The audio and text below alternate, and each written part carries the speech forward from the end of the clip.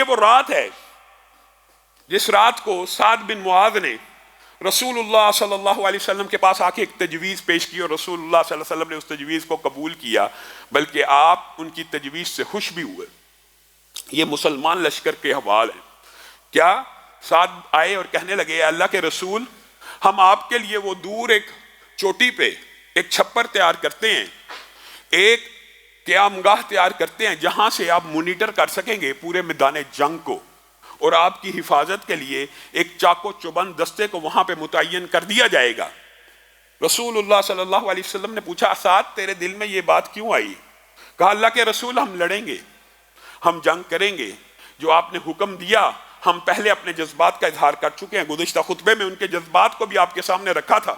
ہم آپ کے آگے پیچھے دائیں بائیں لڑیں گے، اللہ نے فتح دی تو آپ ہماری فتح کا مشاہدہ کریں گے، اور اگر خدا نہ خواستہ معاملہ اس سے برعکس ہوا تو آپ واپس مدینہ لوٹ جانا۔ مدینہ میں ایسے لوگ ابھی موجود ہیں جو ہم سے زیادہ آپ سے محبت کرتے ہیں، اور ان کو یہ علم نہیں ہے کہ یہاں پہ جنگ ہونی ہے۔ اگر علم ہو جاتا تو وہ یقیناً ضرور بالضرور آپ کے ساتھ اس جنگ میں شامل ہوتے۔ آپ کے سامنے یہ بات رکھی تھی کہ مدینہ میں جو پہلی مردم شماری رسول اللہ صلی اللہ علیہ وسلم نے کروائی تھی جنگ بدر سے قبل، مسلمانوں کی تعداد 1500 ہو چکی تھی، جنگ میں 313 شامل تھے۔ اس کا مطلب ہے کہ بنیادی طور پہ جو آپ کے سامنے حالات واقعات رکھے تھے، رسول اللہ صلی اللہ علیہ وسلم نے تیزی سے قافلے کے تعاقب میں جب روانگی کو اختیار کیا تو یہ پراپر اعلان جہاد نہیں تھا، یہ اللہ کی قسمت تھی کہ اللہ نے چننا تھا کہ جن کے دل میں شوق و رغبت زیادہ تھی اللہ تعالیٰ نے ان کو اس لشکر میں شامل کرنا تھا۔ تو سعد بن معاذ نے یہ رسول اللہ کو کہا کہ اگر خدا نہ خواستہ معاملہ اس سے برعکس ہوا تو آپ پھر لوٹ جائیے گا، پھر تیاری کیجئے گا اور پھر واپس آ جائیے گا۔ رسول اللہ صلی اللہ علیہ وسلم ان کے اس انداز اور ان کی اس محبت اور ان کے اس والہانہ پن اور حفاظت کے اس جذبے سے بڑا متاثر ہوئے اور آپ مسکرانا شروع ہو گئے۔ آپ نے کہا، میں تمہاری رائے کو قبول کرتا ہوں، لیکن رسول اللہ صلی اللہ علیہ وسلم جب عملی وقت آیا تو صحابہ کو کیا کہا تھا، اس وقت تک اپنے قدم کو نہ اٹھانا جب تک میں محمد صلی اللہ علیہ وسلم اپنے قدموں کو نہ اٹھاؤں۔ رسول اللہ صلی اللہ علیہ وسلم لیڈنگ فرام دا فرنٹ جس کو کہتے ہیں، سب سے آگے تھے لشکر میں۔ ہاں چھپر قائم کیا تھا، ہاں محاذ جنگ کے لیے ایک سپہ سالار کے یہ اصول ہونے چاہیے، یہ اسلامی شریعت کا بھی دستور ہے کہ سپہ سالار کی حفاظت، ریاست کے سربراہ کی حفاظت زیادہ ضروری ہے، اہم ہے۔ لیکن رسول اللہ صلی اللہ علیہ وسلم نے اس تجویز کو قبول کر لینے کے بعد وہاں پہ ہی اپنا قیام نہیں رکھا، بلکہ رسول اللہ صلی اللہ علیہ وسلم جب جنگ کا موقع آیا سب سے آگے تھے، اور آگے بڑھ بڑھ کے رسول اللہ صلی اللہ علیہ وسلم نے مارکے کے اندر جو کردار ادا کیا تفصیل سے آئندہ بیان کریں گے جب یہ وقت آئے گا۔ تو نبی کریم صلی اللہ علیہ وسلم نے جناب سعد کی اس تجویز سے اتفاق کر دیا، اور رسول اللہ صلی اللہ علیہ وسلم یہ رات حضرت علی بیان کرتے ہیں کہ ہم سب اچانک سو گئے، ہمیں سمجھ نہ آئی، اور یہ اللہ تعالیٰ نے قرآن پاک میں بھی بیان کیا، اذ یغشیکم النعاس امنۃ، اور اللہ تعالیٰ نے جب تمہارے اوپر نیند کو مسلط کر دیا امنۃ منہ، تاکہ تم اطمینان سے اور سکون سے سو جاؤ، وَيُنَزِّلُ عَلَيْكُم مِّنَ السَّمَاءِ مَاءً، اور اللہ تعالیٰ نے آسمان سے بارش کو بھی نازل کیا، لِيُطَهِّرَكُم بِهِ وَيُذْهِبَ عَنكُم رِجْزَ الشَّيْطَانِ وَلِيَرْبِطَ عَلَىٰ قُلُوبِكُمْ وَيُثَبِّتَ بِهِ الْأَقْدَامَ۔ یہ اللہ تعالیٰ نے اس آیت کے اندر اپنی 5 نعمتوں کا غزوہ بدر کی رات کو ذکر کیا۔ اللہ تعالیٰ نے اچانک تمہارے اوپر اونگ کو مسلط کیا، اور اونگ اور نیند کو مسلط کرنے سے مراد تمام عمرانیات، فلسفہ، عقل اور منطق کے لوگ یہ بات جانتے ہیں، محاورہ عربی کا بھی موجود ہے۔ نیند کب آتی ہے؟ جب انسان امن میں ہو۔ نیند کب آتی ہے؟ جب انسان امن میں ہو، جب انسان سکون میں ہو، انسان بے چین ہو، انسان خوفزدہ ہو، انسان پریشان ہو تو نیندیں اڑ جاتی ہیں، اور ایسے عالم میں 1000 کا لشکر سامنے بیٹھا ہو، نیند کا آنا ناممکن تھا۔ اللہ تعالیٰ نے کہا پہلی نعمت غزوہ بدر سے پہلے رات کو تمہارے اوپر نیند کو نازل کیا، اور پھر ایک بات رات سے پہلے یہ بھی پیش آئی کہ مسلمانوں کے اور پانی کے درمیان میں ایک ریت کا تودا، وہاں پہ آج بھی کوئی جائے نا بدر کے مقام پہ تو آپ دیکھیں گے وہاں پہ جھکڑ چلتے ہیں، وہاں پہ آندھی اور اس طرح کے بگولے، ہر وقت ادھر ریگستان کا ماحول یہ ہے۔ تو اس رات بھی ایسا معاملہ تھا اور بعض صحابہ پانی لینا چاہتے تھے اور بعض صحابہ غسل جنابت بھی کرنا چاہتے تھے. اور مکہ کے قریشی سامنے لشکر لے کے بیٹھے ہوئے ہیں اور مسلمانوں کو تانے دے رہے ہیں, اچھا تمہارے اندر رسول اللہ موجود ہیں, معاذ اللہ, تمہارے اندر پیغمبر موجود ہیں,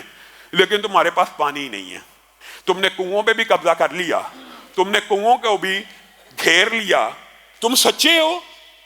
تمہارے اندر رسول اللہ موجود ہیں اور تم پانی کے لیے بےتاب ہو.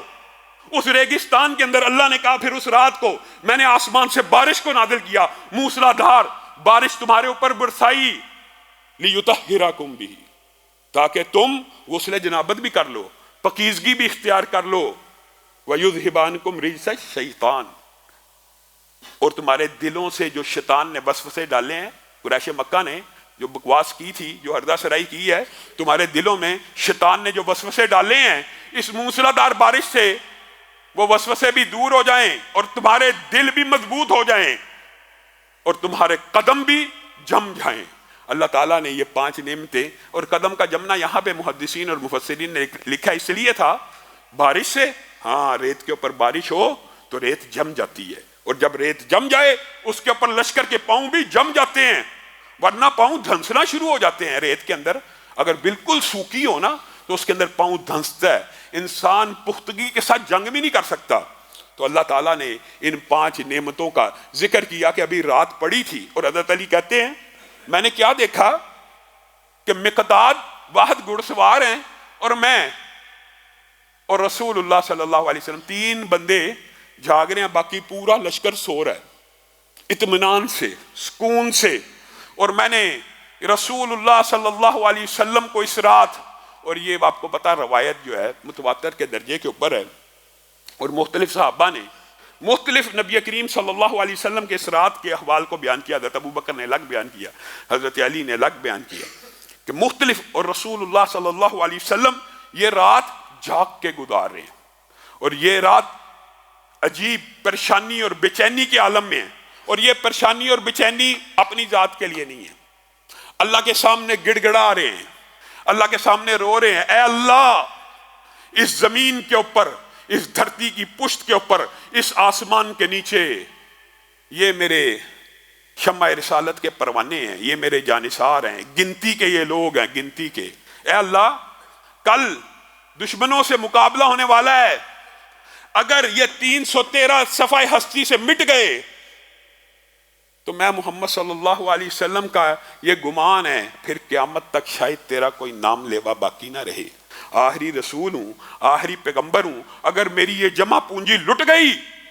تو شاید قیامت تک پھر تیرا کوئی نام لیوا باقی نہ ہو. اور رسول اللہ صلی اللہ علیہ وسلم گڑ گڑا رہے ہیں. اللہ تعالیٰ نے بدر کے جز کو بیان کیا ہے,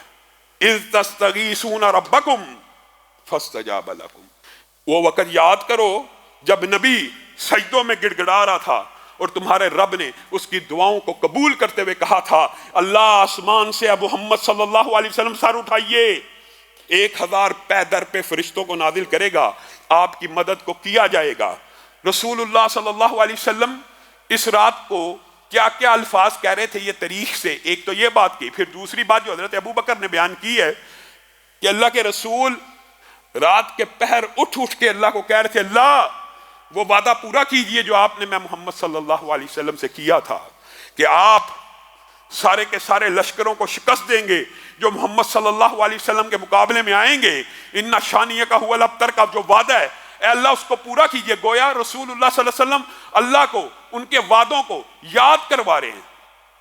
رسول اللہ صلی اللہ علیہ وسلم نے تمام دنیاوی اسباب کو اختیار کیا, تمام پلاننگ کی,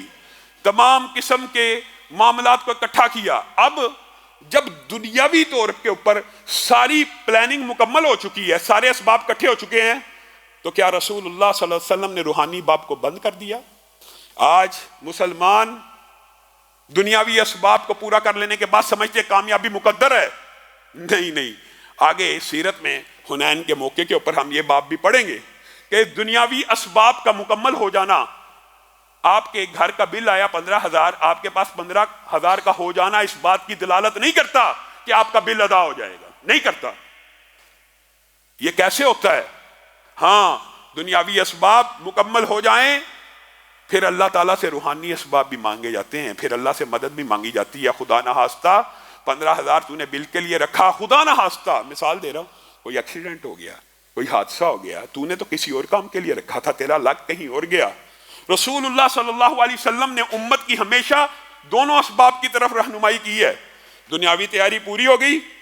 اب اللہ سے مدد مانگنی ہے۔ اور رسول جیسا اور پیغمبر جیسا انسان بار بار سجدوں میں گڑ گڑا رہا ہے، حتیٰ کہ حضرت ابو بکر سے رہا نہ گیا۔ حضرت ابو بکر کہتے ہیں کہ رسول اللہ صلی اللہ علیہ وسلم اتنی اونچی اونچی گڑ گڑا رہے تھے، آہوازاری کر رہے تھے کہ آپ کی چادر مبارک زمین پہ گر گئی۔ جب آپ کی چادر مبارک رونے سے، گڑ گڑانے سے، آہوازاری سے زمین پہ گر گئی تو میں آگے بڑھا، میں نے کہا بس کیجیے اللہ کے رسول، اللہ آپ کے ساتھ جھوٹا وعدہ نہیں کرے گا، نہ اللہ نے آج تک آپ سے جھوٹا وعدہ کیا ہے، اللہ اپنا وعدہ پورا کرے گا۔ کیوں اپنے آپ کو اتنی آہوازاری اور گریہ زاری میں رکھتے ہیں؟ حضرت ابو بکر اس وقت بھی پریشان ہیں،